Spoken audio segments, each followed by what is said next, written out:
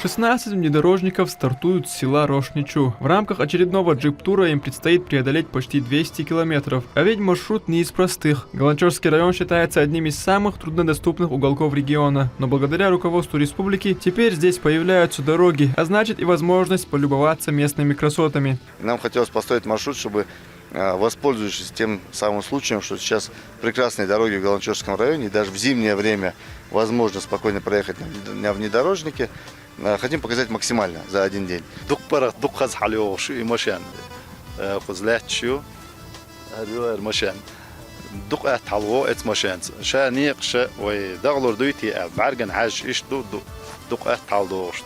И все же на некоторых спусках и подъемах кажется, что транспорт больше не в состоянии осилить дорогу.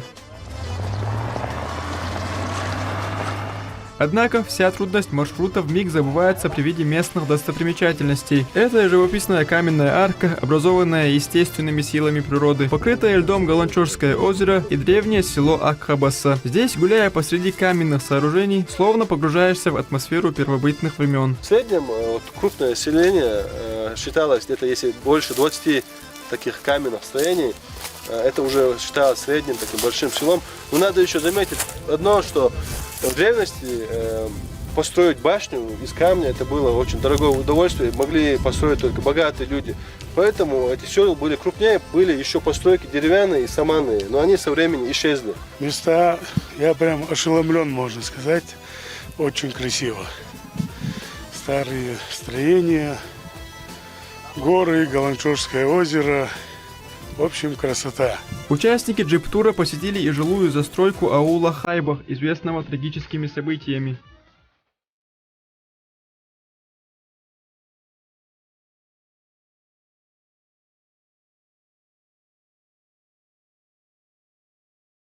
Конечная остановка в туристическом комплексе селения Пешха. Его строительство началось в 2018 году. До тех пор здесь были лишь развалины, однако сейчас он уже приобрел старинный архитектурный вид и стал местом потока туристов. И это неспроста, ведь у каждого уголка этого комплекса есть своя история. Для участников джип-тура здесь провели экскурсию. Мы повторили строение наших предков. Имея все инструменты, все условия, но все равно мы один в один повторить не смогли. Наши предки, они были на самом деле, должны отдать, строители, рожденные строители. Это уже не первый джип-тур, организованный Министерством Чеченской Республики по туризму, и далеко не последний. Ну а участники этой поездки с уверенностью могут сказать: день удался. Абдулла Батаев, Асхаб Зазалаев, Азан Идрисов и Ислам Али Султанов. Неделя.